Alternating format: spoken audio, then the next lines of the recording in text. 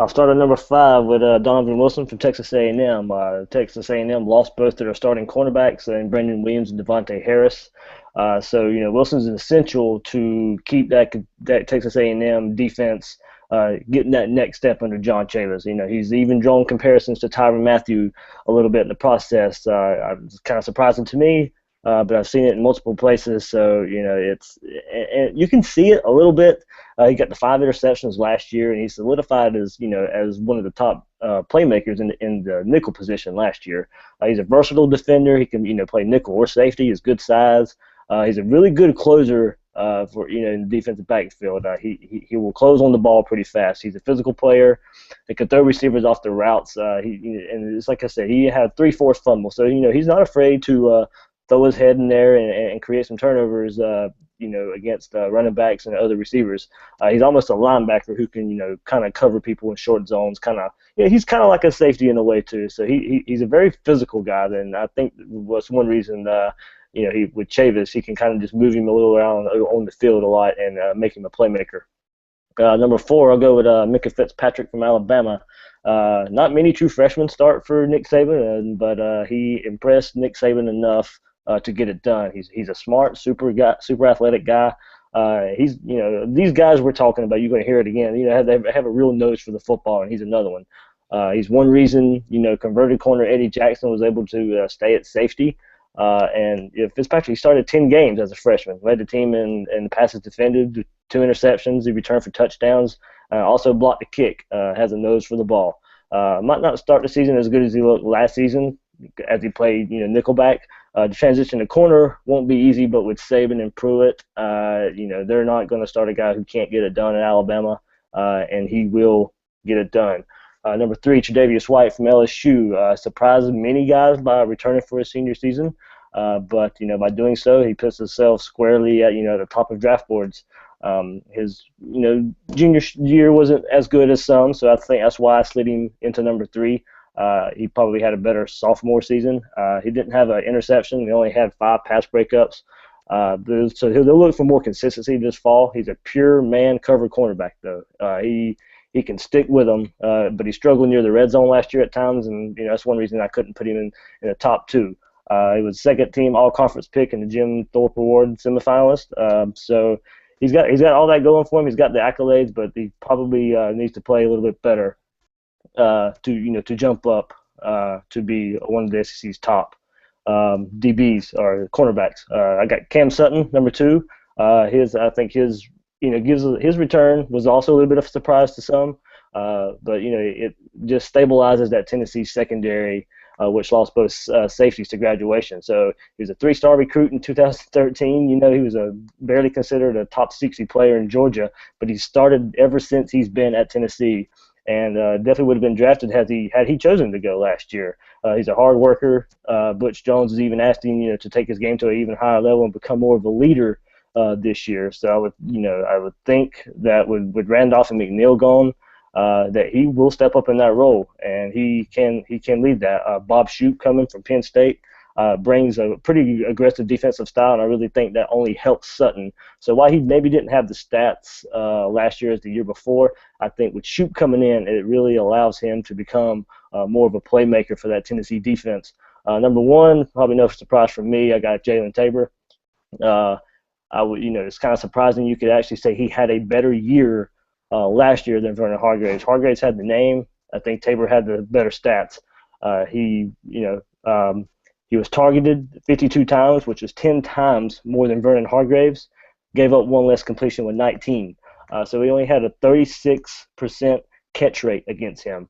His stats really speak for themselves. His 3.7 yards per target, but his probably most impressive stat was he had 14 pass breakups and 14 interceptions. So add up all the stats for that, and that quarterbacks only Tabor managed to get his hands on the ball 34.6% times of when he got thrown on. So that's 1 in every 3 ball he got his hands on, whether it be an interception or a pass deflected. So he returns to the Florida secondary. That returns a whole lot of talent. He's going to anchor that secondary. He will probably be a top 10, top 15 draft pick. So Jalen Tabor is, to me, the number one cornerback in the SEC. Chad, this is definitely not the gold standard for or golden era for quarterbacks in the SEC, but when we talk about cornerbacks, it's always seems to be the golden era in the SEC, because if you go year to year, I don't know if there's a more freakishly athletic, talented position in college football than cornerback in the SEC year in, year out. Who do you have at the top of the list? I agree with that, Mark, and I think only having 3 quarterbacks go to SEC Media Days speaks to that truth. So when it gets down to it, my top 5, I guess I'll start at 5 as well, as David did. I'm kind of a little bit more, since I've had a chance to kind of see these guys up close a little bit more, I'm probably a little bit more heavy with LSU in the aspect that Kevin Tolliver is a guy that I really like. He's just a very long, rangy, athletic type of guy. He comes in at number 5 for me just because I think the upside to him is really there with the fact that he's going to be playing with White in that back in that secondary, and teams are going to look to try to stay away from him somewhat. So I think Tolliver is going to have an opportunity to really kind of come up with some big plays. He's been projected as being the next big player to come out in the secondary for LSU, and you know how LSU likes to tout the fact that they are DBU, which goes back and forth between them and Florida constantly. So I think you could probably make a pretty solid argument for either one of those teams. But that being said, I feel like Tolliver will have a big opportunity this year to step up alongside of Tre'Davious White, who we know is not going to get targeted very often when teams are trying to throw down the field. They're going to try to look for a way to get away from him. So at number 4 for me, I'm going with Minka as well. I think Minka for Alabama is just a phenomenal athlete. This kid has got world-class speed. He's a guy that literally he's a burner, man. And not only that, he likes contact. He's physical at the point of contact. He's a guy that likes to get in there and mix it up. He plays bigger than he is, and I really like that. Minka is a guy that really just kind of came in last year. And like David had alluded to, the fact that he was a freshman and coming in, that's a big deal. He finished tied 5th in the SEC last year. He had 2 interceptions, 11 pass breakups, 13 that were defended. He averaged basically 1 pass defended per game, and that's pretty good for a guy considering he's a freshman. So I think that there's a really high level to him coming up this next year. I think the ceiling for him is really high. They're going to look for him. Alabama's going to look for him to exponentially grow from that. So I think that's something to be expected of Minka going forward. For me, at number 3, it's really a toss-up. I think you could go, 1A, 1B here if you really wanted to with White and Sutton. But I'm going with White at number 3, just because of the fact that I think that he did come back. He had a legitimate opportunity to go to the NFL, turning that down to come back. LSU is loaded on the defensive side of the ball, folks. Get that in your head right now before the season starts. They have got some beasts on that side of the ball, and they're coming back to complement the offensive side that we hope can do something on that side besides Fournette. But that being said, returning for his senior season, I think White and Tabor are really probably going to be, and Sutton are probably going to be the top 3 guys people were talking about when it comes to Mayock, and these guys are doing their draft, mock drafts coming for getting closer to the NFL draft. You're going to be hearing a lot about these 3 guys. Number 2 for me is going to be Cam Sutton. I just feel like Cam Sutton, quite honestly, has proven year in and year out that he is a solid, dependable, responsible guy that's going to come in there and he takes care of the ball. Cam Sutton is, for what it's worth, for me, a lot of times I felt like he hasn't gotten a lot of the accolades that he deserves.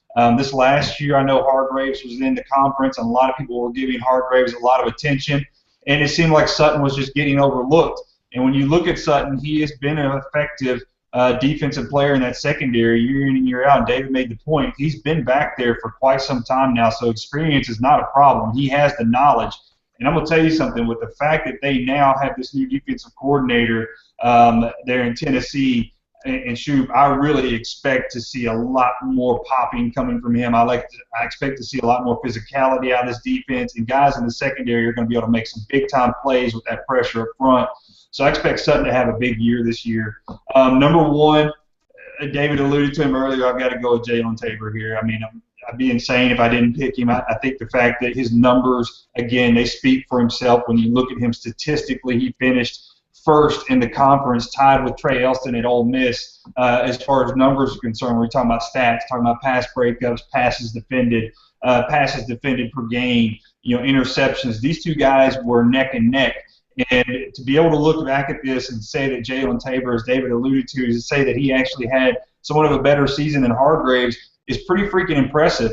And much like I talked about before with LSU and White, people really tried to put Tabor to task last year, opposite of Hargraves, and you saw where he came up big a lot of times. And so I feel like, that being said, this is going to be Kevin Tolliver's year at LSU in the same aspect. So those are my top 5 guys. I feel like, the secondary, again, in the SEC, Mark, you alluded to it, you've got some guys that should be playing other positions besides secondary, maybe in another Power 5 conference, and they're playing at the 200-plus pound range as cornerback guys. So I think that the SEC, that's something to hang your hat on if you're out of this conference. And it was tough to pick these top 5, I'll be honest with you. So, Mike, we leave it up to you, and then I'll jump in with my humble opinion as well. Your top 5, Mike.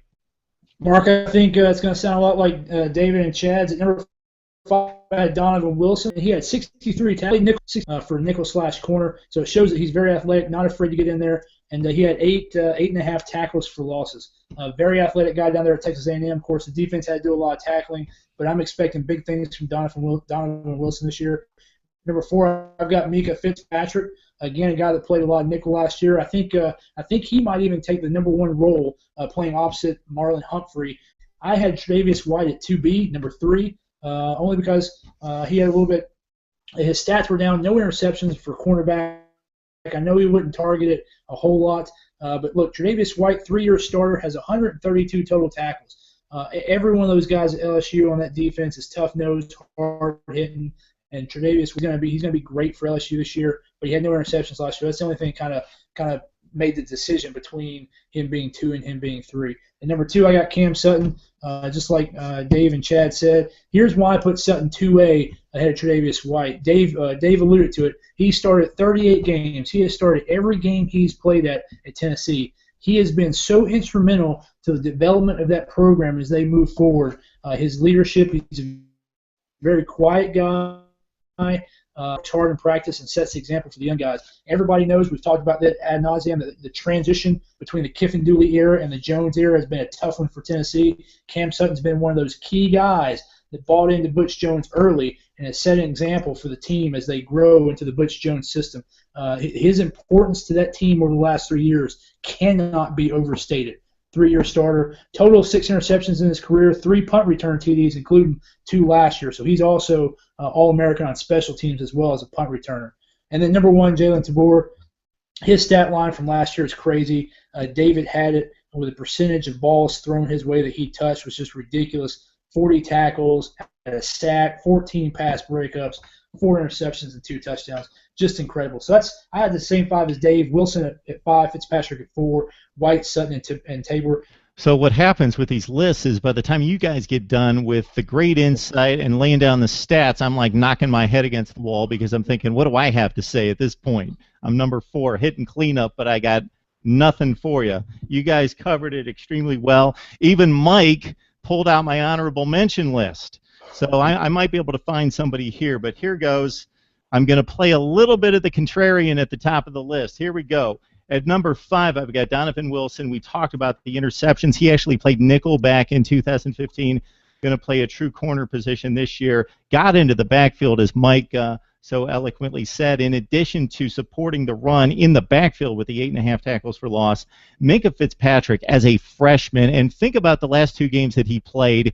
He played against what should be starting quarterbacks in the NFL, and Connor Cook and Deshaun Watson. Obviously, against Michigan State, most of that shutout, about 85% of it, could be credited to the front 4, but still played in the secondary against an Aaron Burbridge, who's an NFL player at Michigan State, and the shutout says it all right there. Deshaun Watson, of course, made plays. He's an exceptional athlete, best quarterback in the country, but still, Fitzpatrick played extremely well in that game. 13 passes defensed. As a freshman All-American, not just All-SEC, freshman All-American. At number three, I got Cam Sutton. So to highlight the point made about his durability, his consistency, and showing up when the bell rings each and every game.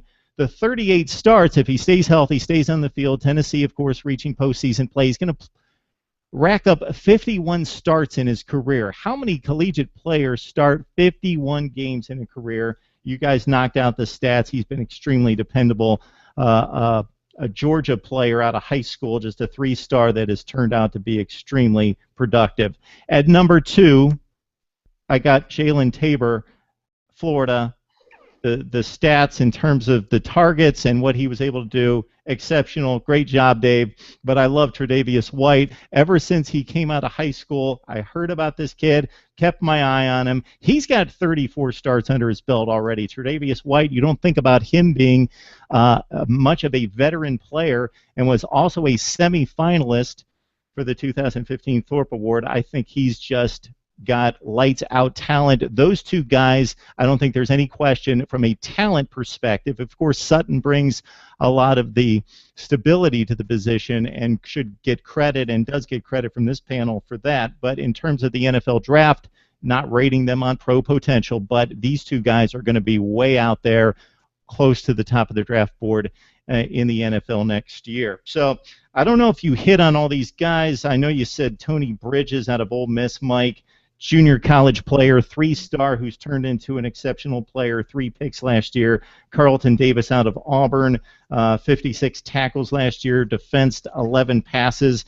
Let's give a little love to Chris Westry, just a freshman out of Kentucky last year with 36 stops, 2 picks, 7 passes defended, long arms, tons of range on the targets there to get the job done.